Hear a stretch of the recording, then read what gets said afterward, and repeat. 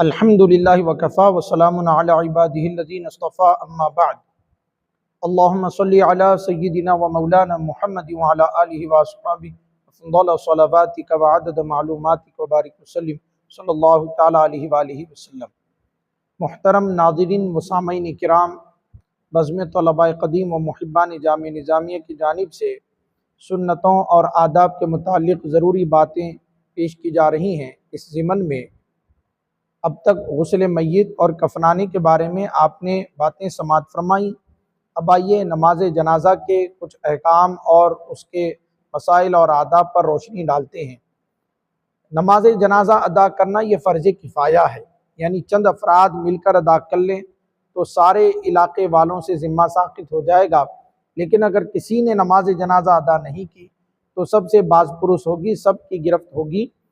لیکن جہاں تک ہو سکے نماز جنازہ کا موقع ضرور ادا کرنا چاہیے، اس میں کاہلی اور سستی نہیں دکھانی چاہیے۔ روایتوں میں اس کا بہت بڑا ثواب بیان کیا گیا ہے، یہاں تک کہ اگر کوئی جنازے تک نماز جنازہ میں شریک ہوتا ہے تو ایک پہاڑ کے برابر اجر ملتا ہے، اور دفن تک ساتھ میں رہتا ہے، تدفین تک، تو 2 پہاڑ برابر اجر ملتا ہے۔ اور آقا صلی اللہ علیہ وسلم نے فرمایا، مسلم شریف کی روایت ہے، کسی مسلمان کے جنازے میں 40 ایسے آدمی شریک ہوں جو اللہ کے ساتھ کسی کو شریک نہیں ٹھہراتے، تو فرمایا کہ اللہ تعالیٰ ان کی دعا اس کے حق میں قبول فرماتے ہیں۔ تو نماز جنازہ کی بڑی برکتیں ہیں، یہ ایک مسلمان کا حق ہے اور اس کے آخری رسومات میں سے ہے، اس کو ضرور ادا کرنا چاہیے۔ اب نماز جنازہ کے شرائط میں یاد رکھیں، کچھ شرائط وہ ہیں جو نماز جنازہ سے تعلق رکھنے والے یعنی جنازہ پڑھنے والوں سے، اور کچھ شرائط وہ ہیں جو میت سے تعلق رکھتے ہیں۔ تو جنازہ پڑھنے والوں سے تعلق رکھنے والی چیزیں طہارت ہے، یعنی بدن کا پاک ہونا، یعنی باوضو اور باغسل ہونا، اور کپڑوں کا پاک ہونا، نماز کی جگہ کا پاک ہونا ضروری ہے، اور قبلے کی طرف رخ کرنا اور نیت کرنا ضروری ہے۔ نماز جنازہ کی نیت کرنا ضروری ہے۔ البتہ اس میں یہاں تک مہلت دی گئی ہے کہ اگر کسی کو وضو نہیں ہے اور نماز جنازہ بھی شروع ہو رہی ہے تو اس کے لیے یہ اجازت ہے کہ وہ تیمم کر کے نماز جنازہ میں شریک ہو جائے۔ اگر میت کا ولی نہیں ہے تو وہ تیمم کر کے نماز جنازہ میں شریک ہو سکتا ہے،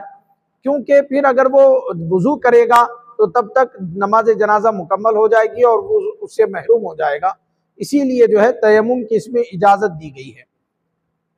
تو الغرض یہ شرائط ہیں نماز جنازہ سے تعلق۔ اور اب میت سے متعلق چیزیں، اس میں میت کا مسلمان ہونا ضروری ہے، ایسا مسلمان کہ اس کا اسلام مشہور ہو، یا کوئی ایسے بین واضح ثبوت ملتے ہوں کہ وہ مسلمان تھا، ورنہ کسی کے بھی کہنے پر جو ہے کوئی بھی غیر مسلم کی نماز جنازہ پڑھنا یا اس کو مسلمانوں کے قبرستان میں دفن کرنا جائز نہیں ہے۔ تو میت کا مسلمان ہونا ضروری، اور میت کا بدن اور کفن کا پاک ہونا ضروری ہے۔ البتہ غسل کو، اگر میت کو غسل دے دیا گیا، کفنا دیا گیا، اور پھر اس کے بعد نجاست ظاہر ہوئی تو نجاست کو صاف کر لیں، کفن کو صاف کر لیں، لیکن پھر دوبارہ جو ہے غسل دینے کی میت کو ضرورت نہیں ہے۔ پھر تیسری شرط بتلائی جاتی ہے، میت کی سطر کا چھپا ہوا ہونا ضروری ہے، یعنی اگر کوئی ایسا تنگ دست ہے کہ اس کے لیے کوئی کفن نہ مل سکا، خدا نہ خواستہ ایسی نوبت آ گئی کہ کوئی کفن نہ مل سکا، تو کم از کم کوئی پاک اور صاف کپڑے سے اس کی سطر کا چھپا ہونا ضروری ہے۔ یہ نماز جنازہ کے شرائط میں سے ہے کہ اس کے بغیر جنازہ ادا نہیں کیا جا سکتا۔ اس کے بعد میت کا موجود ہونا ضروری ہے۔ یہ اور بات ہے کہ شوافی کے نزدیک، یعنی شافعی مسلک میں اور حنبلی مسلک میں غائبانہ نماز جنازہ کی اجازت ہے، لیکن احناف کے نزدیک یہ جائز نہیں ہے، میت کا موجود ہونا ضروری ہے۔ اور میت کا نماز پڑھنے والوں کے سامنے ہونا، آگے ہونا ضروری ہے، میت کا آگے ہونا ضروری ہے۔ اور میت کا یا جس چیز پر میت رکھی ہوئی ہے جیسے ڈولا وغیرہ، اس کا زمین پر ہونا ضروری ہے، اور امام کا بالی ہونا ضروری ہے۔ یہ نماز جنازہ میں میت سے متعلق شرائط تھے۔ اب نماز جنازہ کے 2 رکن ہیں، اس میں 4 تکبیریں اور قیام کرنا، یہ 2 رکن ہیں۔ بعض علاقوں میں دیہات وغیرہ میں جو ہے ہوتا یہ ہے کہ چونکہ نماز جنازہ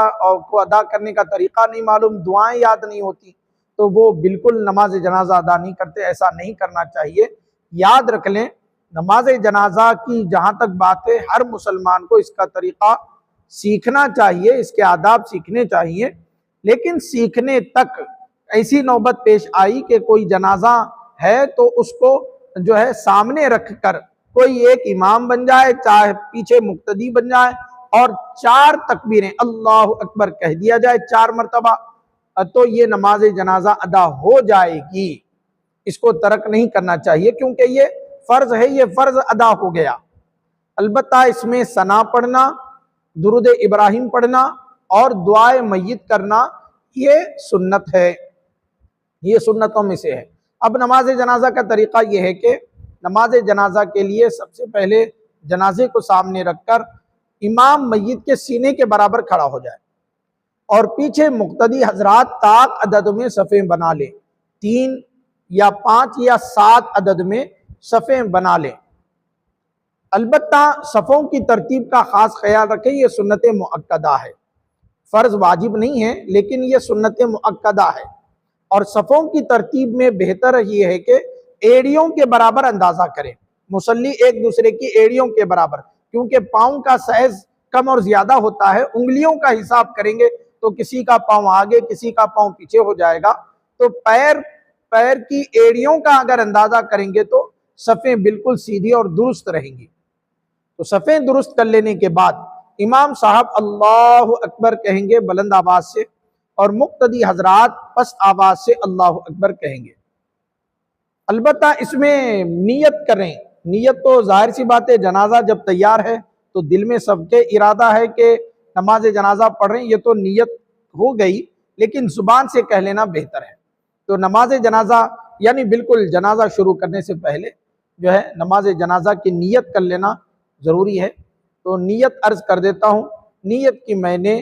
نماز جنازہ 4 تکبیروں کے ساتھ ثنا اللہ تعالیٰ کے لیے، درود محمد مصطفیٰ صلی اللہ تعالیٰ علیہ وسلم کے لیے، اور دعا اس میت کے لیے، پیچھے امام صاحب کے منہ میرا کعبہ شریف کی طرف اللہ اکبر، یعنی نیت کی میں نے نماز جنازہ کی 4 تکبیروں کے ساتھ ثنا اللہ تعالیٰ کے لیے، درود حضرت محمد مصطفیٰ صلی اللہ تعالیٰ علیہ وسلم کے لیے، دعا اس میت کے لیے،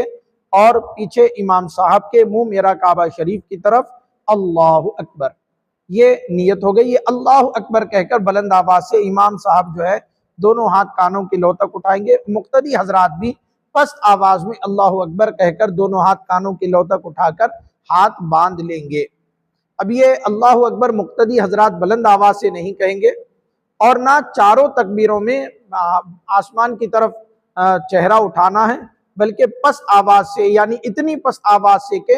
خود اپنی تکبیر کی آواز سن سکیں، اتنی آواز میں اللہ اکبر کہنی چاہیے۔ اور پھر جو ہے پہلی تکبیر میں ثنا پڑھی جائے گی، سبحانک اللہم وبحمدک وتبارک اسمک وتعالی جدک وجل ثناؤک ولا الہ غیرک، اور پھر دوسری تکبیر امام صاحب کہیں گے اللہ اکبر، اور مقتدی حضرات بھی پست آواز میں اللہ اکبر کہیں گے، نہ اس میں ہاتھوں کو اٹھانا ہے، نہ آسمان کی طرف کوئی چہرہ وغیرہ کرنا ہے، اور پست آواز سے اللہ اکبر کہہ کر جو ہے درود ابراہیم پڑھی جائے گی، اور اس کے بعد پھر امام صاحب اللہ اکبر کہیں گے، مقتدی حضرات بھی اللہ اکبر کہیں گے، اور پھر اس کے بعد جو ہے امام صاحب اور سارے مقتدی حضرات جو ہے دعائے میت کہیں گے۔ دعائے میت اگر میت بالغ ہے یا بالغہ ہے، عورت ہو یا مرد ہو، اس کے لیے یہ دعا بتلائی گئی عاقل کے لیے کہ اللہم اغفر لحینا ومیتنا وشاہدنا وغائبنا وصغیرنا وکبیرنا وذکرنا وانثانا اللہم من احییتہ منا فاحیہ علی الاسلام ومن توفیتہ منا فتوفہ علی الایمان۔ یہ دعائیں میت ہے۔ اگر میت نابالغ لڑکا یا مجنون لڑکا ہے، ایسا مجنون لڑکا جو پیدائش سے یعنی یہ بالغ ہونے سے وفات تک مجنون رہا، ہوش میں نہیں تھا،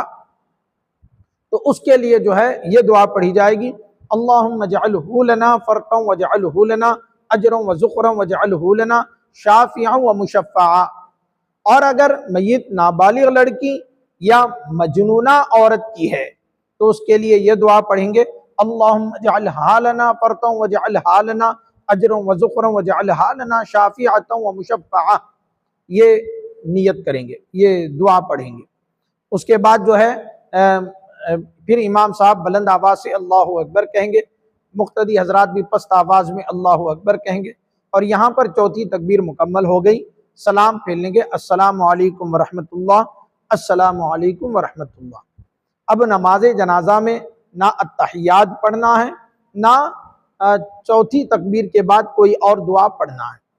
البتہ اگر کسی کو دعا یاد نہ ہو تو وہ مختصر انداز میں اللہم اغفر لہو، اگر میت